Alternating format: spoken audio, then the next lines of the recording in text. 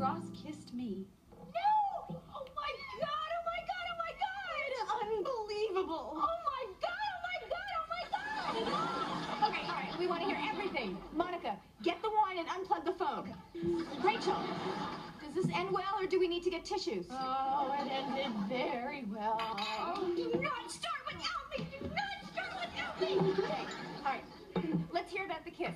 Was it like a soft brush against your lips, or was it like a, you know, I gotta have you now kind of thing?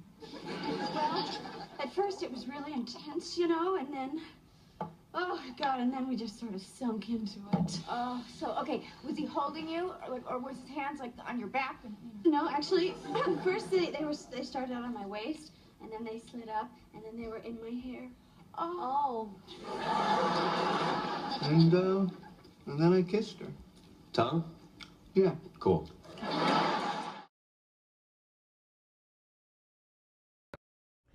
So my name's Jordan, this is Jody, behind the camera is Natalia. We all three of us went and served at the food pantry, the St. Pete Food Pantry in Mount Pleasant. We served a total of 6 hours over a period of 3 weeks. We just met a lot of really cool people among our group itself, got to know each other better, as well as we got to meet a lot of cool volunteers and served a lot of really cool people. While serving at the pantry, we paid attention to the differences in social roles, discussion habits, nonverbals, and other communication principles between the different genders, the male and female, both within our group and the people serving at the pantry and in the clients we served there. While serving at the pantry, we noticed several differences between social expectations and gender roles. Jordan and I worked in more one-on-one interactions and lighter labor, while Jody worked more in heavy labor and in the warehouse. Though we weren't consciously separated, we fulfilled our gender roles by separating and doing things that were with our social expectations. So as soon as we got to the pantry, they saw me and they were excited because they're like, oh, we've got a boy here. He's going to be able to do all the heavy lifting and we're going to have some muscle to work with. So we did a little bit of shelf stocking, but as soon as we got enough people that knew what they were doing to go back into the warehouse and start organizing back there, they took me back there to start moving heavy boxes and pallets around and to start organizing both boxes for home delivery, where they will fill up a box full of their weekly grocery needs and take them to people that can't make it to the pantry to pick it up themselves, and in just organizing the donations that they did have there so that they were easily accessible. So while we were at the food pantry, me and Natalia mainly were helping the people come in, and we'd help stock up their carts full of the food that they needed for the next couple of weeks. And that was mainly what we would do. That was what they assigned us to do. Just kind of, I feel like that was like what they socially accepted of us. You know, we were more like, I don't know, I think women are just a little bit more approachable, and that's kind of something that the textbook talks about, how, you know, we are a little bit more friendly and kind of expected to be more interactive with people. And so that was mainly where I was, and we kind of take on a little bit of a lighter workload. But there was one time that they needed a little bit more help in the warehouse, and there's these guys that came and he had me go out of the warehouse with them, and it was kind of interesting to see where that, I guess, the social expectation was kind of shaken a little bit, just because, you know, they're kind of used to, you know, expecting me to be doing this lighter work. And instead, when they had me in the warehouse and this man was like super apologetic to me and felt like really bad, you could just tell it was kind of like I was misplaced, and I think that was due to my gender. Just kind of thought, oh, she's a girl, she shouldn't be lifting these boxes and stuff. So it was really interesting just kind of observe how out of place it all felt. While serving, we also observed significant nonverbals among the people we served and the volunteers. Some were more apparent, and others not so much between the genders. Although we observed nonverbals in almost everybody that we interacted with, the nonverbals of some people contrasted very starkly to those of others. One example of this is there was one woman who, like, she came across as very kind of dominant and bossy at first. Some of the nonverbals we saw from her is, like, whenever she would respond to a question or have to tell somebody something, especially the volunteers that were there on a regular basis that weren't us, she would kind of roll her eyes at them and kind of pull a face when she'd have to explain something. We noticed a lot of kind of grunts when she would be trying to communicate things to people, and she would point a lot, both at people and objects, kind of in an aggressive manner, kind of asserting that she was in charge. She also moved very sluggishly. It could have just been a health thing, but as far as like a nonverbal goes, we kind of thought it was like, it seemed to us like she didn't really want to be there at first. And there was another woman there that was very, very quiet. She was kind of an older lady, and from a distance she just seemed very shy and very reserved because her head was down most of the time. When she spoke, it was very quietly, and she didn't really look people in the face a whole lot. Like, her eyes were down, and I kind of thought like, oh, maybe this lady's like really shy or really awkward. But as I worked alongside of her and got to know her, I realized she was actually a really nice lady and was really open and outgoing as well. Jody talked about some of the nonverbal communication we saw through the volunteers we served with. We also saw many through the people we helped serve. We saw many in gratitude. Their smiles and their energetic postures helped us understand the significance of what we were doing in their lives. We also saw relief as they realized how much food they could take home to their families.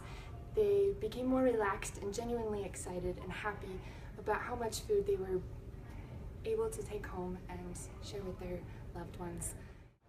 Although there may have been differences expressed in nonverbal communication, through gratitude and relief shown by those we served, there was not many significant differences between men and women. As the textbook shows, we are very similar in many ways, and the differences might not be so drastic. And in nonverbal communication, we saw that differences were relatively unnoticeable. So most of the volunteers at the food pantry work there on a very regular basis and are very familiar with each other. Because of this, they share lots of stories with each other and always kind of catching up on what's going on in each other's lives. This was a really good opportunity for us as volunteers and communication students to be able to observe the discussion habits between them. We noticed that they were very different between men and women. One example of this is a woman had come in, and she usually volunteers at the pantry, but she had been absent for a while, and she was kind of telling me and another man that was working there, and as well as an older woman that worked at the pantry too, about why she had been gone. I guess she had 3 or 4 family members that had a lot of problems, and she herself had health problems as well. And a couple people had ended up in the hospital, and she had a death in the family and things like that. And it was interesting to see the difference between how we as men reacted versus how the female in the situation reacted to her stories.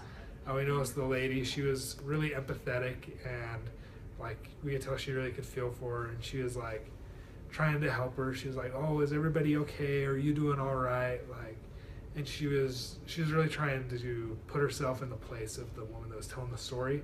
Whereas the other guy that was listening, and me myself, we were both just kind of like, well, yeah, that sucks. Like, that's really rough. And we didn't really know what to say beyond that. It's kind of an uncomfortable situation when you're hearing somebody talk about the really negative things going on in your life. Like, I feel like me and the other guy, neither of us really knew how to handle it or what to say other than like, yeah, that really sucks. Like, let's move on to a different topic. Whereas the woman was able to offer that helping hand and kind of support her a little better. Jody shared a story of workers sharing personal experiences. I heard another conversation of a man telling a man and a woman about his sister getting a divorce.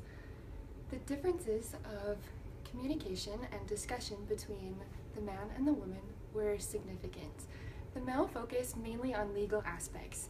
He was very task-oriented, direct, and to the point, while the woman seemed to grasp the understanding of the emotional aspect of this. She put herself into the place of the woman and was able to sympathize and to really relate to her. She asked questions such as, are you okay? How is she handling the transition? And how are the kids doing?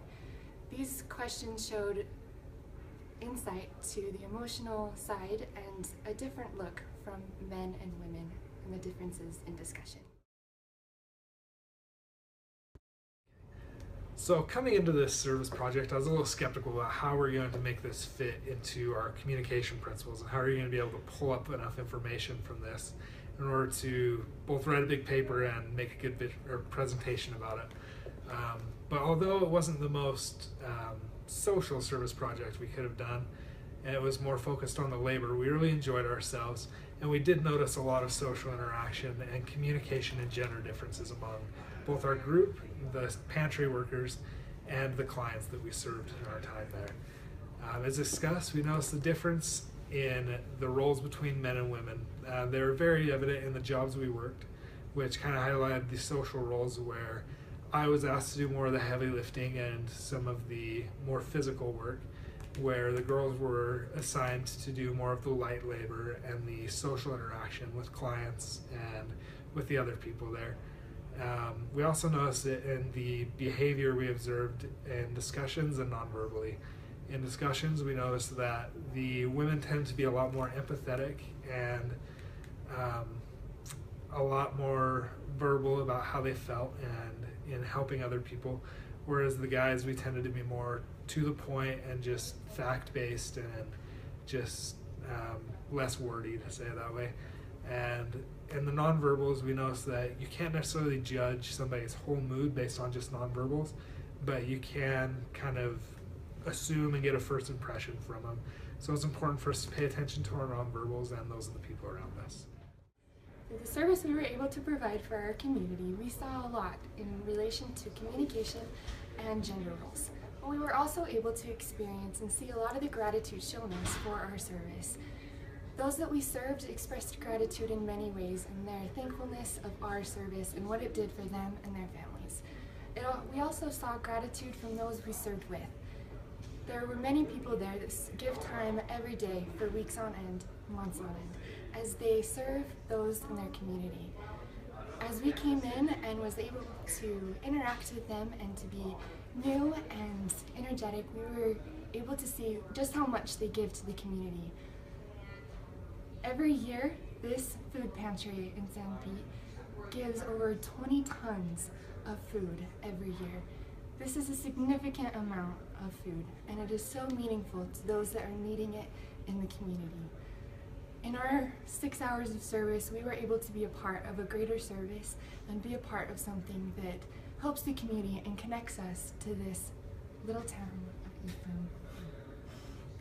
So yeah, it was a lot of fun, honestly. Like, we made a lot of friends. It was cool, like, you know, we were there between 3 different weeks, and it was cool, like, even just, like, earlier when we just finished up our service, like, one of the, you know, our volunteers came up to us and was like, hey, nice to see you, Natalia, nice to see you, Jordan. And, like, they were super friendly to us and super sweet, and it just made you feel really welcome and felt like Natalia said, like, I'm part of something larger than yourself. It was a really great opportunity. And it was cool because we were only able to go for 2 hours each time just because the classes and the way our schedules worked out. But, you know, they were grateful for anything we could give. So even if you can't do much, I encourage each and every one of you to go for just 2 hours. So, you know, at some time before the end of the semester, just go for 2 hours over at the St. Pete Food Pantry. You know, it's just in Mount Pleasant. And it was a really great opportunity. They're really nice, kind people, and it can really help to make a big difference. It's really simple, you know, you're just handing food out to people in need, helping to sort, not the toughest thing. It's so worth it in the end. So we're really grateful we had the opportunity to, you know, learn from these people and get to know them a little bit better.